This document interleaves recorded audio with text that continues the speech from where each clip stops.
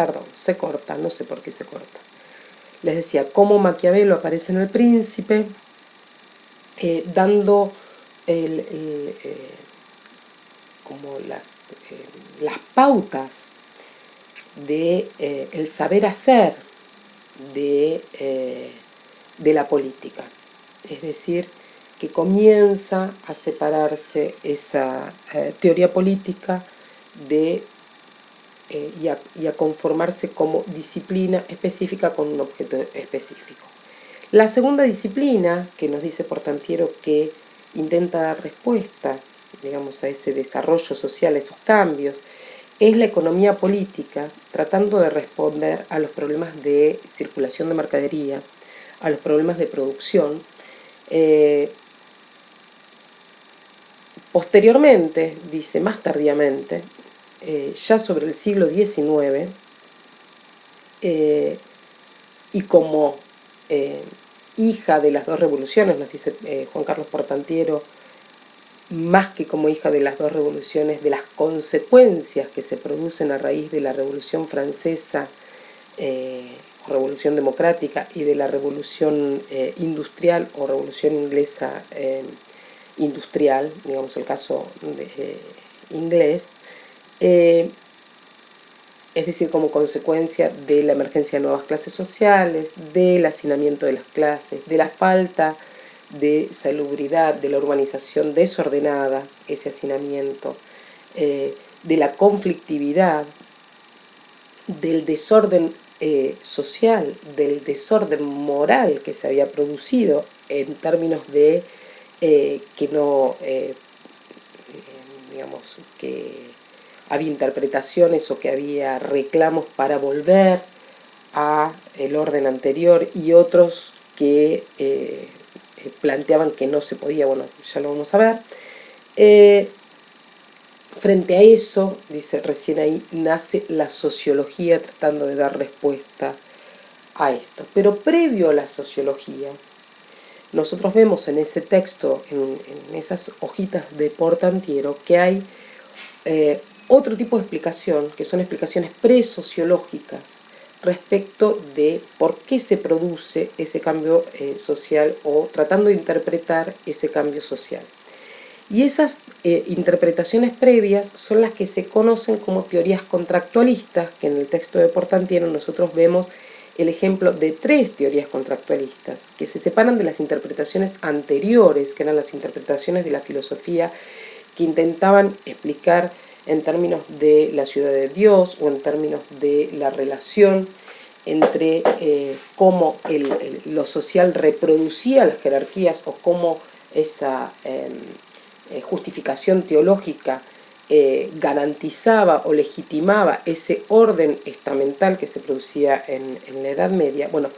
hay nuevas interpretaciones que son las de las teorías contractualistas, que fundamentalmente para explicar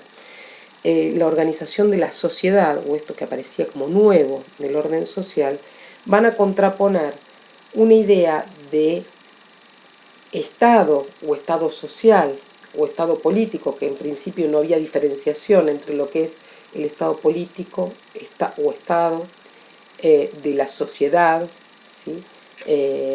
O lo social. Todo eso lo van a contraponer a un supuesto orden previo, que es un orden de naturaleza, y el pacto aparece como fundante de la política y fundante del Estado, en principio, y fundante de lo social. Y ahí vamos a ver el ejemplo de 3 autores. Cada uno de ellos va a tener una posición diferente, pero lo que quiero que ustedes interpreten es que, de acuerdo a la concepción que en cada uno vayamos a tener, qué concepción de hombre en estado de naturaleza, es decir, en estado presocial, tenemos, o tiene cada uno de esos autores, de acuerdo a cómo consideren esos hombres en estado de naturaleza y cómo es la vida en estado de naturaleza, va a ser más restrictivo, o va a ser más un pacto de sujeción, o más libre, un pacto de asociación. Esa es la diferencia entre lo que Portantiero les llama no sé pronunciar latín, pactum sujetatium y pactum societatum, es decir, de asociación o de sujeción. Si consideramos que como Hobbes, que en estado de naturaleza lo que se produce es un estado de guerra de todos contra todos, donde si bien todos los hombres aparecen como iguales y con las mismas capacidades y con capacidad de raciocinio, unos pueden ser más fuertes que otros, y los hombres con esa capacidad de razón, por vivir en ese estado de anarquía y de guerra de todos contra todos, se dan cuenta que pueden perder lo más preciado, que es la vida. Entonces, para no renunciar a la vida, deciden renunciar a todos sus derechos para conformar la soberanía, es decir, el Estado político o Estado, ¿sí? Diferente del estado de naturaleza. Por eso es un pacto de sujeción. En el caso de Locke, bueno, lean el material, pero en el caso de Locke, que es una generación posterior, hay otra idea, ya aparece más esta idea en Locke, que lo deben haber visto en filosofía también, pero acá lo estamos viendo desde la concepción del contractualismo, de su teoría política, pero es el mismo Locke que hablaba de la tabula rasa, de la mente como tabula rasa, y cómo a partir de la experiencia se iban imprimiendo las ideas en la mente. También es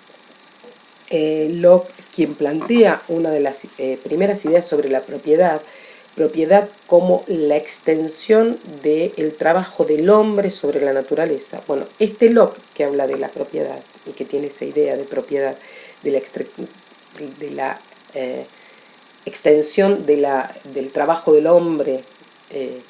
sobre la naturaleza, tiene otra idea de pacto porque justamente está tratando de preservar otra de las cuestiones, que es la propiedad privada, ¿sí? La propiedad.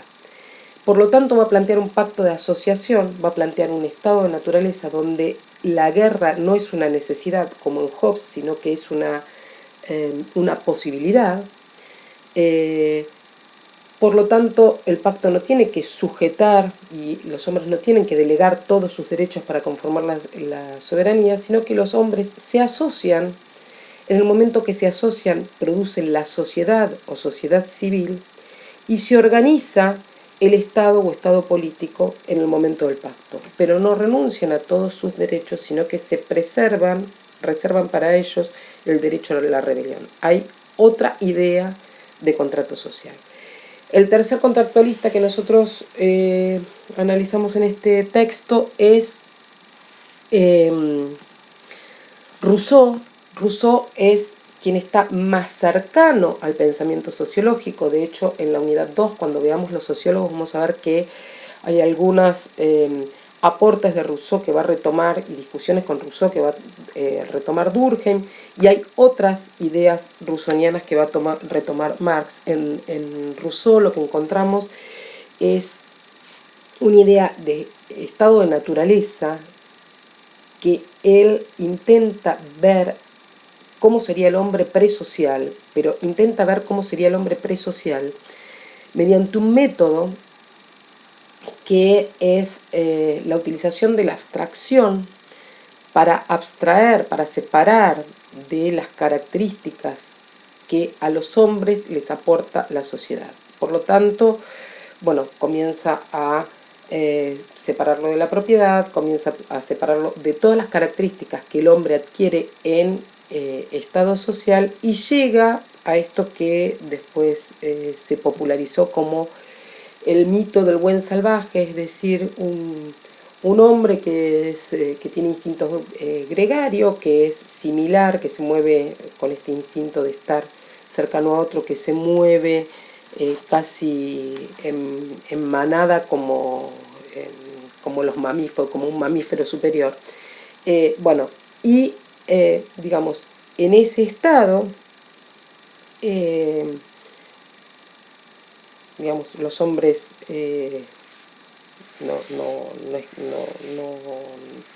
no viven en estado de guerra, sino que es la propia sociedad, que son momentos posteriores, que son estados posteriores, donde se van agrupando, se van conformando las comunidades, las tribus. Es en la propia sociedad donde aparece la división del trabajo y por lo tanto la división en grupos, y por lo tanto aparecen los conflictos y las contradicciones